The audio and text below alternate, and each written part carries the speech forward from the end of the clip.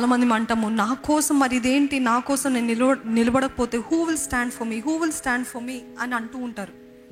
అంటూ ఉంటే నేను ఒకటే అంటాను, దేవుడు మీ పక్షాన్ని నిలబడతాడండి. హల్లెలూయా. మన యుద్ధము యెహోవాదే. మనము పగ తీర్చుకున్నంత వరకు ఆయన పగ తీర్చుకునే దేవుడు. నేను ఎంతకాలం సహించుకోవాలి అనే ప్రశ్న చాలా మందికి ఉంటుంది. ఇది అన్యాయం కదా, వాళ్ళు చేసేది అక్రమం కదా, అన్యాయం కదా అనే ప్రశ్న చాలా మందికి వస్తుంది. అవును, చేయకుండాల్సినవి చేస్తున్నారు, చెయ్యొద్దన్నవే చేస్తున్నారు, కావాలని రెచ్చగొడుతున్నారేమో. అటువంటివి చేసినప్పటికీ కూడా who will stand for me, who will defend for me అని అంటే దేవుని సన్నిధిలో మొరపెట్టండి. దేవుడే మీ పక్షాన వ్యాజమాడతాడు. ఒక దంపతులు ఉన్నారండి. ఆ దంపతులు సేవకులు. ఆ సేవకులకి ఎన్ని ప్రయత్నాలు చేసినప్పటికీ గర్భఫలం లేదనమాట. సేవ చేస్తున్నారు, అన్ని విషయాలుగా సేవలో ఆశీర్వదించబడిన వారు. అంతగా ఆయన మిషనరీ లాగా, మినిస్టర్, ఇవాంజలిస్ట్ లాగా దేశం వెంబడి దేశం తిరుగుతూ ఉంటారనమాట. అయితే ఒకానొకసారి చాలా సంవత్సరాలైన ఎన్నో ఐవీఎఫ్ ట్రీట్మెంట్స్ తీసుకున్న నిజంగా జరిగిన సంఘటన. ఎన్నో ఐవీఎఫ్ ట్రీట్మెంట్స్ తీసుకున్నారు, ఎన్నో కార్యక్రమాలు చేశారు, కానీ అసలు సఫలత లేకుండా పోయింది. తన భార్య అసలు గర్భం ధరించలేకపోయింది. అటువంటి పరిస్థితుల్లో ఆయన ఒకసారి భారతదేశంలో సేవ చేసి తిరిగి అమెరికా దేశానికి బయలుదేరుతూ ఉన్నప్పుడు ఫ్లైట్లో కూర్చొని చాలా దుఃఖిస్తున్నాడంట, దేవుని పైన అలిగాడంట. ఏంటి దేవా, నీ సేవ చేయమన్నావు, నేను నీ సేవ చేస్తున్నాను, నువ్వు అడిగిందంతా నేను చేస్తున్నాను, నీ పని చేయమన్నా నీ పని చేస్తున్నాను నేను, కానీ నువ్వేంటి నా పని చేయట్లేదు, ఎంతకాలమని నా భార్య, ఎంతకాలమని మాకు బిడ్డ లేదు, నీకు అసలు బాధ లేదా అని దేవుని పైన కోపడి అడుగుతా ఉన్నాడంట. Why are you doing this, why have you ignored me? ఎన్ని డాక్టర్స్ దగ్గరికి వెళ్ళాం, అన్ని రిపోర్ట్స్ నార్మల్, కానీ ఎందుకు గర్భం ధరించట్లేదు అని బాధతో ఉన్నప్పుడు ఆయన హృదయంలో ఒక మెల్లని స్వరము, గట్టిగా వినపడలేదు కానీ మెల్లని స్వరము, నీ భార్యతోటి నువ్వు సరిగ్గా లేవు కాబట్టి నీ భార్య గర్భము ధరించట్లేదు అంటే, ఇంకో మాటలు చెప్పాలంటే నీ జీవితంలో ఆశీర్వాదం రావట్లేదు. ఎందుకు అని అంటే, because you are not right with your wife. మీ భార్యతోటి సరిగ్గా లేకపోతే ఆశీర్వాదం రావటం అసాధ్యం. అయితే అది ఆయన సీరియస్గా తీసుకున్నాడు. He learned from that lesson. దేవుడు ఏదైతే చెప్పాడో అది గ్రహించి దాని తగ్గినట్టుగా అంతవరకు కూడా బాగుండేవాడు, బాగా ప్రవర్తించేవాడు, ప్రేమగా ఐక్యతతో ఉండేవాడు. కానీ ఫ్రస్ట్రేషన్స్ బట్టి, టెన్షన్స్ బట్టి తన భార్య పైన చిరాకు పట్టము, ఊరికి అరవటము, తనని అనరాని మాటలు అనటము, మరలా బయట బహిరంగంగా సేవకులుగా బాగానే నిలబడేవారు, ఐక్యతగా ఉన్నట్టు ప్రవర్తించేవారు. కానీ ఎప్పుడైతే వారు గృహంలో ఉన్నప్పుడు వారు ఇట్లా అరుచుకోవడము, లేకపోతే తిట్టడము అలాగ చేస్తూ ఉంటే దేవుడికి నచ్చలేదు. దేవుడికి అస్సలు నచ్చదండి. He hates you mistreating people. ఎవరినైనా తక్కువ చూపు, చిన్న చూపు చూసినట్లయితే దేవుడికి అసహ్యం అది. ఈరోజు కొంతమంది కొద్ది స్థాయిలో వస్తే చాలు, ఇంకా పక్కనున్న వారందరూ వేస్ట్ అన్నట్టు ట్రీట్ చేస్తుంటారు. పక్కనున్న వారంతా అక్కర్లేదని, పక్కనున్న వారందరూ చిన్నోళ్ళని, పనికిరాని వారుగా మాట్లాడుతూ ఉంటారు, ప్రవర్తిస్తుంటారు. దేవుడికి అసహ్యం. ఈరోజు మనం ఎట్లా ప్రవర్తిస్తున్నామో ఇతరులతో, ఆ రీతిగానే మనము ముదిమ వచ్చినప్పుడు అలాగనే జరుగుతుంది. నాకు తెలిసిన ఒక వ్యక్తి అస్సలు చాలా అసహించుకునేవారు అనమాట. పనోలంటే చాలా అనుమానము, ఏదో తీసేస్తారని వారిని చీదరించుకునేవారు, అసహించుకునేవారు. ఇంటి చుట్టూ పనులు ఉన్న వారందరినీ అసహించుకునేవారు. ఆఖరికి వారికి ఏమైందంటే, మంచాన పడిన తర్వాత ఆ పనివారి పైననే ఆధారపడాల్సి వచ్చింది.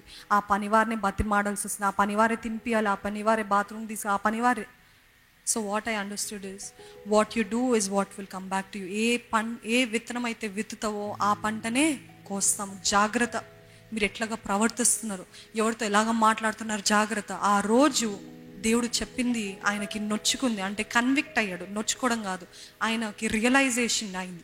ఆయన ఆత్మీయ నేత్రాలు తెరవబడ్డాయి. కాబట్టి ఏం చేశాడంటే, వెంటనే సరిచేసుకొని తన భార్యతోటి మంచిగా మాట్లాడడం, ప్రేమగా ఉండటము, ప్రేమగా ప్రవర్తించడం అన్నీ నేర్చుకొని చేసిన తర్వాత కొన్ని సంవత్సరాల్లోనే చక్కటి కుమార్తెకి జన్మనిచ్చారన్నమాట.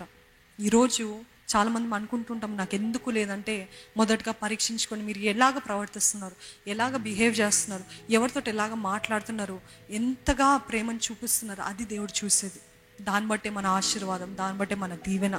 ఎన్నోసార్లు కలహాలకి చోటిచ్చానయ్యా, ఎన్నోసార్లు గొడవలకి చోటిచ్చానయ్యా, ఎంతగానో దూషించానయ్యా, ఇందుకే ఎంతగానో నష్టం పొందుకున్నానయ్యా, ఎన్నో ఆశీర్వాదాలని కోల్పోయాను, అందుకే కోల్పోయానయ్యా, నన్ను మన్నించయ్యా. సమాధాన పడేవారుగా, సమాధాన పడేదానిగా సమాధాన పడే వానిగా నన్ను చేయ్యా అని మన చేతులెత్తి ఏ తప్పులైతే మీరు ఇతరుల ఎడల చేసిరా వాటన్నిటి నిమిత్తమై క్షమాపణ కోరి అదే రీతిగా ఆ మనిషి దగ్గరికి వెళ్ళి క్షమాపణ కోరుతారా? Can you ask forgiveness? నన్ను క్షమించయ్యా, నా చేతులారా నేను నష్టాన్ని కొని తెచ్చుకున్నానయ్యా, నా చేతులారా నేను అపవాదికి చోటిచ్చానయ్యా, నన్ను మన్నించయ్యా, నన్ను క్షమించయ్యా. దేవా నీవే రాయ్యా, నీవే జోక్యం చేసుకోయ్యా, నీవే నా కుటుంబంలోకి రాయి అని ఒక్క మాట చెప్తారా అండి? నా విరిగిపోయిన, నా కుప్పకూలిన, నా పాడైపోయిన కుటుంబ జీవితం తిరిగి కట్టవాయ్యా. నీకు అసాధ్యమైనది ఏది లేదయ్యా. కలహాలు పుట్టించే దురాత్మ నుండి దూరపరిచేయ్యా. నీవే సంచరించాలయ్యా, నీవే ఉండాలయ్యా, నీవే ఉండాలయ్యా, నా గృహంలో నీవే నివసించాలయ్యా. ఒక మాట అడుగుతారండి, క్షమాపణ అడుగుతారా?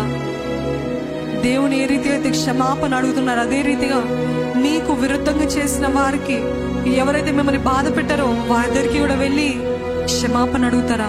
లేకపోతే మీరు ఎవరిని బాధ పెట్టారో వారి దగ్గరికి వెళ్ళి క్షమాపణ అడుగుతారా? ఇదే అనుకూల సమయం, ఇదే రక్షణ దినం. Don't wait for another opportunity.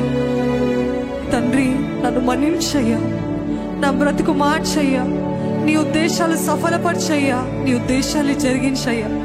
ఇక్కడ ఎవరెవరైతే ఇటువంటి పరిస్థితులు ఉన్నారో, లైవ్ లో చూసిన వారు ఇటువంటి పరిస్థితులు ఉన్నారో దేవా, ఎవరెవరైతే నోరు విప్పి దేవా నా బ్రతుకు మార్చయ్యా, నా బ్రతుకుని రూపించయ్యా, తిరిగి చిగురింప చేయ్యా అని అడుగుతున్నారు దేవా. You are a God of second chances lord. అవకాశాలు ఇచ్చే దేవుడు అయ్యా, అవకాశాలు వెంబడి అవకాశాలు ఇచ్చే దేవుడు అయ్యా. ఇక్కడున్న మాకు మరొక్క అవకాశం దయచేయమని అడుగుచున్నామయ్యా. ఈ లోకానుసారమైన బ్రతుకు నుండి మమ్మల్ని విడిపించి దేవా, ఆత్మానుసారమైన బ్రతుకు మాకు దయచేయ్యా.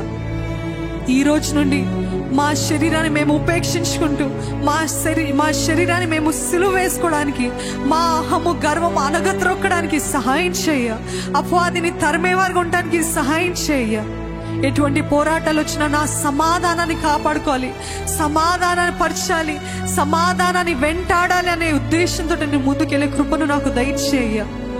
నీ శక్తిని దయచేయ. నా శక్తి వల్ల కాదయ్యా, నా బలము వల్ల కాదయ్యా. నా శక్తి అయితే, నా బలం అయితే ఒక్కరోజుకి అలిసిపోతానయ్యా. కానీ నీ ఆత్మ ద్వారా అయితే సమస్తము సాధ్యమే దేవా. నీ ఆత్మ ద్వారా నన్ను నింపయ్యా, నీ ఆత్మ ద్వారా నన్ను బలపరిచయ్యా, నీ ఆత్మతోటి నన్ను నింపయ్యా. ఆత్మశక్తిని దయచేయ. ఎంతమంది ఎన్ని మాటలన్నా దేవా, నీళ్ళకి ఏ రీతి అయితే నూనె అంటదో అదే రీతిగా దేవా నాకు కూడా అంటనివ్వకుండా నాకు సహాయం చేయమని అడుగుచున్నానయ్యా. Help me to just leave it Lord. Help me to just let it go Lord Father. Help me to just ignore and overlook Lord. Give me the grace to do so Lord. ఇక్కడ ఉన్న వారికి అట్టి ఆత్మశక్తిని, నాకు అటువంటి ఆత్మశక్తిని, live లో చూస్తున్న వారందరికి అటువంటి శక్తిని దయచేయమని ప్రభు యేసు నామములో అడిగి వేడుకొంచున్నాను తండ్రి. ఆమేన్.